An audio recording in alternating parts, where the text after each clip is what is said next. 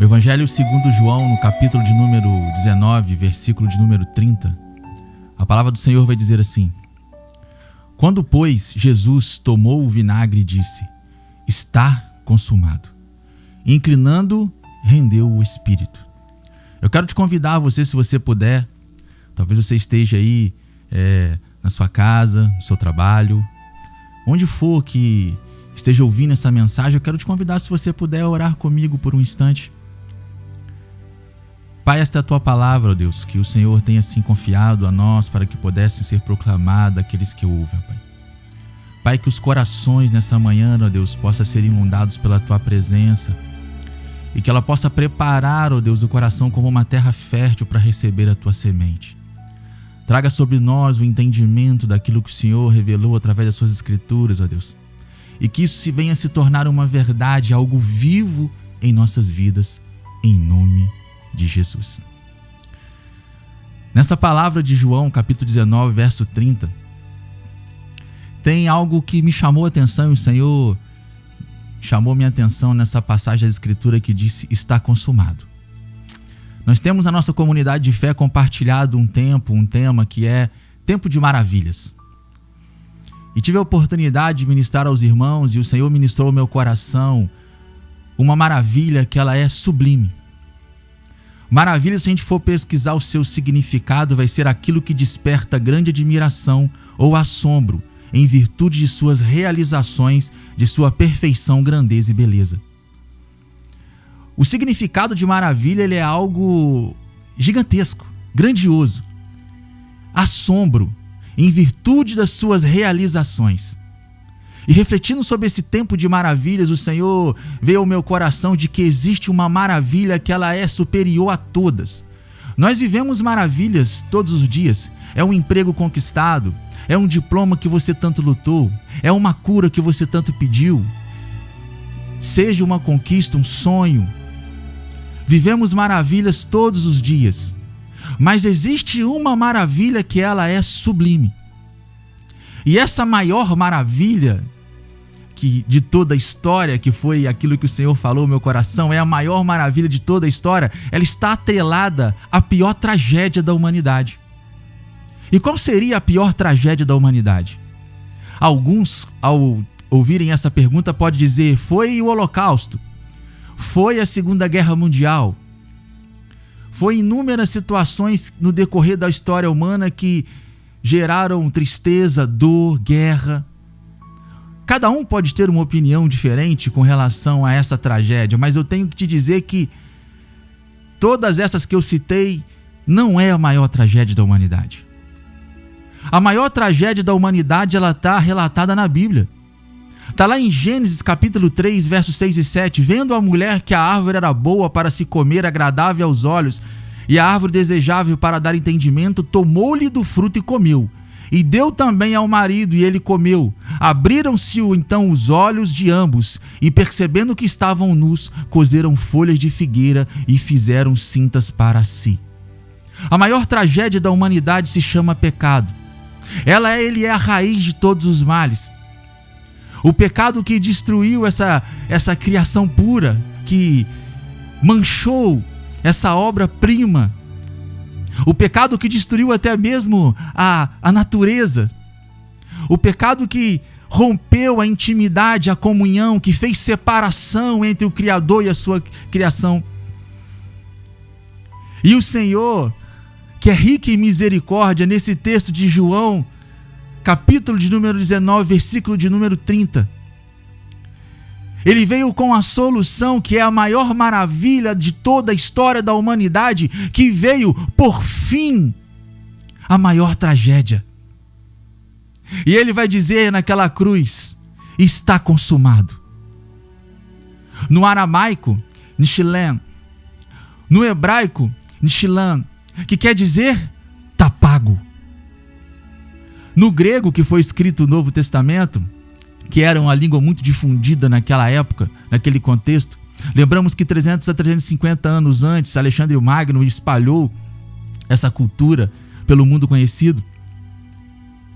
É utilizada a palavra tetelestai. Tetelestai tem alguns significados, e eu separo aqui 3 significados que era empregado esta palavra.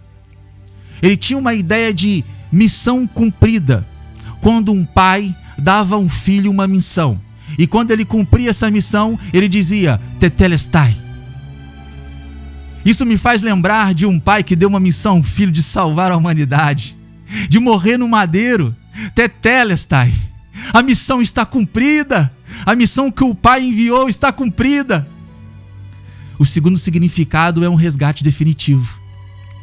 Quando alguém devia um dinheiro a um banco ou o que seja, era utilizado a expressão tetelestai quando essa dívida estava quitada.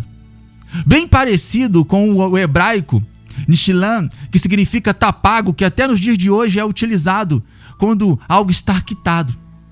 Isso me faz lembrar de Colossenses capítulo 2, verso 14, tendo cancelado o escrito de dívida que era contra nós e que constava de ordenanças, o qual nos era prejudicial, removeu inteiramente, encravando na cruz. Ele encravou na cruz, foi um carimbo na cruz, está pago. Essa maior tragédia da humanidade agora está paga, não há mais acusação. O terceiro significado no grego dessa palavra, tetelestai, é uma posse permanente e definitiva. Quando alguém adquiria uma propriedade, no final, quando se fazia essa transferência nos nossos dias de hoje, o cartório, quando se carimbava a posse definitiva dessa propriedade, se dizia tetelestai. A posse é definitiva. E naquela cruz, quando Jesus disse, está consumado, ele disse, é posse definitiva para aqueles que creem. Há uma morada no céu que está carimbada para nós, está certa, está garantida, está pago, está carimbado a partir do momento que aceitamos esse está consumado sobre as nossas vidas. Mas para viver esse tempo de maravilha, ou a maior maravilha de todas, tem que entender a profundidade do estar consumado e receber para si esse preço pago. E numa conversa na célula, um irmão fez uma pergunta, levantou um tema de que quando as pessoas são muito boas e fazem caridades, o Senhor vê isso pode salvar. Mas a Bíblia ela vai dizer para nós que não é pelas nossas ações de caridade, não é pelo nosso bem. Só pode viver um tempo de maravilha, ser alcançado por essa maravilha sublime quem teve esse estar consumado sobre nós. Romanos 3:10 vai dizer, como está escrito, não há justo, nenhum sequer. Não há nenhum justo, não há nenhum merecedor. Não importa o quão você seja bom, isso não te garante. Não importa o quanto você foi ruim, basta se encontrar com esse Cristo, basta aceitar esse está consumado, está pago, e todo escrito de dívida será apagado. Romanos 3:23, pois todos pecaram e carecem da glória de Deus. Isaías 64:6, mas todos nós somos como imundo e todas as nossas justiças como trapo de imundícia. Todos nós murchamos como a folha e as nossas iniquidades como um vento nos arrebatam. O Senhor compara a nossa justiça própria, o nosso merecimento próprio, como um trapo de imundícia, um trapo que enrolava feridas, cheio de pus, de sangue, de sujeira. Mas quem encontra com esse Cristo do tetelestai, esse Cristo do está pago, esse Cristo do está consumado, nós temos alguns benefícios alcançados com essa maravilha. E o primeiro benefício é que Ele salva. Tito 2:11, porque a graça de Deus se manifestou salvadora a todos os homens. Você que está me ouvindo hoje, não importa o que você está fazendo da sua vida, hoje a graça de Deus se manifestou para te salvar, basta que você aceita o está consumado sobre ti. Efésios 2, 1-5, ele vos deu vida estando vós mortos em nossos delitos e pecados, nos quais andaste outrora segundo o curso deste mundo, segundo o príncipe da potestade do ar, do espírito que agora atua nos filhos da desobediência, entre os quais também todos nós andamos outrora segundo as inclinações da nossa carne, fazendo a vontade da carne e dos pensamentos. Éramos por natureza filhos da ira, como também os demais, mas Deus, sendo rico em misericórdia, por causa do grande amor com que nos amou, e estando nós mortos em nossos delitos, nos deu vida juntamente com Cristo, pela graça sois salvos. Nós estávamos mortos. Eu uso uma expressão que quando Cristo nos salva, não é alguém que está se afogando e ele joga uma boia. Não. É alguém que está morto no fundo do oceano e ele vem e traz a vida. Nós estávamos mortos em nossos delitos e talvez você esteja vivendo uma vida torta hoje. Não fique pensando, quando eu parar com isso eu vou para Jesus. Quando eu largar isso. Não, Ele nos dá vida quando estamos ainda mortos. E é Ele que vai te fortalecer para se livrar de todas as correntes. Existem 3 mortes. A morte física, a qual acredito que todos nós passaremos, a não ser aqueles que forem arrebatados. Não vou dizer o tempo, se ele é pós ou pré ou depois, né? Ou antes. Mas o texto nos diz que haverá aqueles que serão transformados, né? Verão a transformação do seu corpo em glória. Essa morte física aguarda a maioria de todos nós. Mas existe uma morte espiritual, que é uma morte que está ligada à separação. Nem todos são filhos de Deus. Muitos estão mortos espiritualmente e ele vai dizer que são filhos da ira por natureza. Mas você que hoje está morto espiritualmente, ainda há chance de você se inclinar a Cristo e aceitar o estar consumado sobre a sua vida. Mas existe uma outra morte que chamamos de morte eterna. Um sofrimento que não tem como retroceder mais. Uma separação que não há mais volta. Não há mais comunhão. Não há mais resgate. E quando se chegar nesse ponto, não há mais o que fazer. Mas hoje a salvação bate à sua porta, à sua casa, ao seu carro, aonde você estiver. Hoje a salvação é chegada na tua vida pelo tetelestai de Senhor. O estar consumado, o nistilão chegou para ti. Essa graça também ela nos liberta. O Espírito do Senhor está sobre mim, pelo que me ungiu para evangelizar aos pobres, enviou-me para proclamar a libertação aos cativos e restaurar vista aos cegos, para pôr em liberdade os oprimidos. Está escrito em Lucas 4,18. Esse está consumado quebra correntes, liberta, te leva à liberdade. Não há mais escravidão, não há mais espíritos que vai te dominar, não há mais domínio do mundo maligno. Há liberdade para aqueles que estão em Cristo Jesus. Essa graça maravilhosa, ela também nos dá uma outra bênção. Essa graça liberta e essa graça regenera. Tito 3, versículo 4 e 5 vai dizer: quando porém se manifestou a benignidade de Deus nosso Salvador, o Senhor para todos, e não por obra de justiça praticada por nós, mas segundo a sua misericórdia ele nos salvou, mediante o lavar regenerador e renovador do Espírito Santo. Eu me recordo do dia que o Senhor fez vir sobre mim esse lavar regenerador, e eu que tive uma história um pouco ruim, com dependência química, e no dia que eu me converti, dia 14 de março de 2009, eu pedi ao irmão: ore por mim que hoje o Senhor vai me lavar. E ali eu tive a certeza e a convicção que o lavar regenerador do Espírito Santo estava me limpando de toda a podridão, de todo o pecado, de toda a dependência. E ao chegar na minha residência, eu joguei tudo aquilo que eu tinha fora e falei: nunca mais isso vai me dominar. Graças a Deus, o Senhor fez essa obra e há 16 anos venho servindo ao Senhor. Esse lavar regenerador do Espírito Santo, ele é capaz de purificar a sua vida hoje, não importa onde você esteja, se seja num leito de hospital, se seja num presídio, onde for.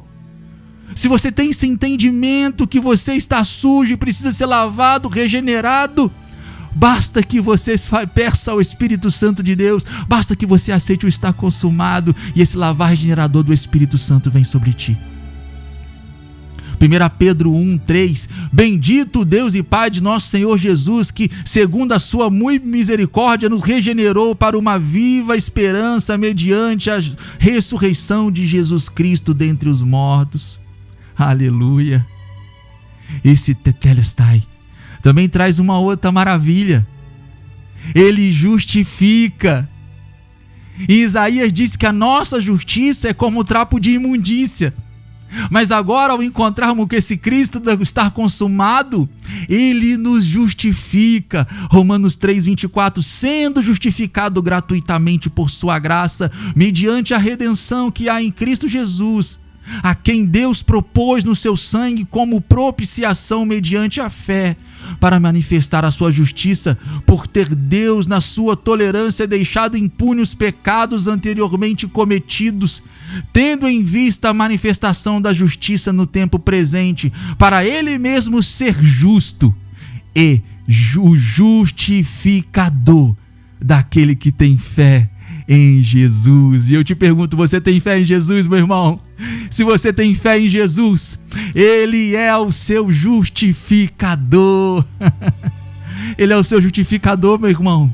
A justiça que está em você, que tem fé em Jesus, é a justiça de Cristo.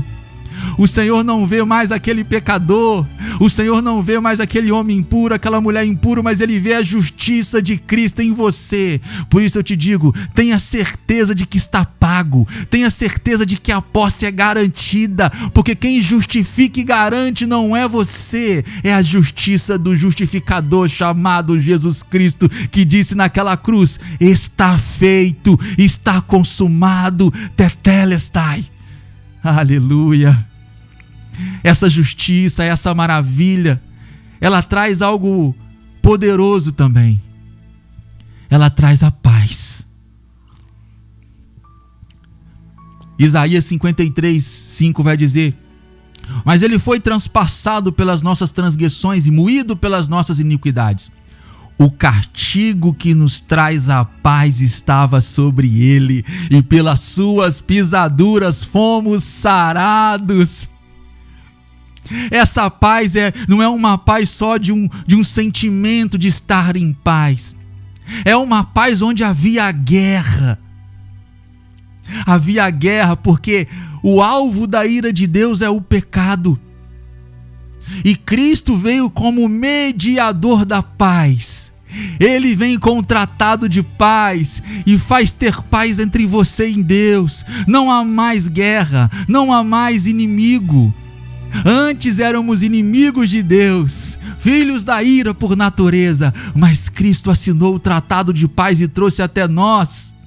E se você ainda não tem esse tratado de paz, ele está estendido a ti. Basta que você carimbe, assine também e diga: eu quero ter esta paz, eu creio em Cristo Jesus, eu quero ser justificado por Ele. E mais profundo ainda, diz que o castigo que nos traz a paz estava sobre ele. Que castigo é esse? O castigo de se tornar maldição por nós. Ele pagou o preço da maior tragédia da humanidade, levando sobre si o pecado da humanidade. Por isso ele diz uma frase famosa: Eli, Eli, lama sabachthani. Naquele momento ele estava levando sobre si o meu e o seu pecado. E eu te digo, quem matou Jesus? Os romanos? Os judeus? Não, foi eu. Foi o meu pecado que matou Jesus. Foi a minha sujeira que levou ele até o madeiro. Ah, mas esse fardo se torna leve o momento que entendemos que está feito, que está consumado. O Cordeiro vivo foi imolado e Deus paz, trouxe paz a todos os homens. Aleluia! Essa paz maravilhosa, essa maravilha santifica. A igreja de Deus que está em Corinto, aos santificados em Cristo Jesus, chamados para ser santos, com todos que em todo lugar invocam o nome do nosso Senhor Jesus Cristo, Senhor deles e nosso. 1 Coríntios 6,11, tais foste algum de vós, mas vós vos lavartes, mas fortes santificados, mas fortes justificados em nome do Senhor Jesus Cristo e no Espírito do nosso Deus. Ele santifica. É através do Espírito Santo que abandonamos o pecado dia após dia pela santificação. Essa maravilha também nos fortalece em meio às lutas. Talvez você ouviu muito falar assim: tudo posso naquele que me fortalece. Mas o versículo 12 vai dizer assim de Filipenses capítulo 4, tanto sei estar humilhado como também ser honrado. De tudo em todas as circunstâncias já tenho experiência, tanto de fartura como de fome, assim de abundância como de escassez. E aí ele vai declarar: tudo posso naquele que me fortalece. Quem encontra com o tetelestai, ele é fortalecido em meio às adversidades, como Paulo disse. Em todas as circunstâncias, já tive fartura, já tive fome, já tive abundância e escassez, mas estou fortalecido nesse Deus do está consumado, que dia após dia me ensina. E muitas vezes as adversidades são pedagógicas. Ela nos ensina, ela nos fortalece, ela nos prepara. Romanos 5, 3-5 vai dizer: e não somente isto, mas também nos gloriamos nas próprias tribulações, sabendo que a tribulação produz perseverança, e a perseverança experiência, e a experiência esperança. Ora, a esperança não confunde, porque o amor de Deus é derramado em nosso coração pelo Espírito que nos foi outorgado. Traz esperança. Romanos 15, 12, 13, também Isaías: haverá a raiz de Jessé, aquele que levanta para governar os gentios, nele os gentios esperarão, e o Deus da esperança vos encha de todo gozo e paz no vosso crer, para que sejais ricos de esperança no poder do Espírito Santo. Tito 3,7, a fim de que, justificados por sua graça, nos tornemos seus herdeiros segundo a esperança da vida eterna. Ele enche o nosso coração de esperança, como disse Romanos, é o Deus da esperança. O estar consumado traz sobre nós a esperança tanto nesta terra, como também de uma vida eterna, como disse Tito. E quando somos impactados por esse tetelestai, temos algo motivador dentro dos nossos corações. Agora eu falo para você que já teve esse encontro. Em Atos 4:20 diz: pois nós não podemos deixar de falar das coisas que vimos e ouvimos. Ao serem impelidos de parar de pregar, ele disse: como vou parar de falar dessas maravilhas? Como vou cansar? E hoje eu não consigo me conter, e eu tenho que dizer para você: o Deus da esperança está aqui, o Deus da esperança está contigo. Basta você crer em Cristo Jesus e receber e viver um tempo de maravilhas. 2 Coríntios 5,19, a saber que Deus estava em Cristo reconciliando consigo o mundo, não lhe imputando aos homens as suas transgressões, e nos confiou a palavra da reconciliação, de sorte que somos embaixadores em nome de Cristo, como se Deus exortasse por nosso intermédio. Em nome de Cristo, pois, rogo-vos que vos reconcilie com Deus. Hoje é o dia da reconciliação com Deus. Hoje é a oportunidade de conhecer tetelestai. Está consumado. Aleluia. Está consumado, meu irmão. Alcançou a ti, alcançou a mim. Nishilé está pago. A posse é garantida. Em nome de Jesus. Receba hoje essa graça. Viva esse tempo de maravilha. Em nome de Jesus. Aleluia.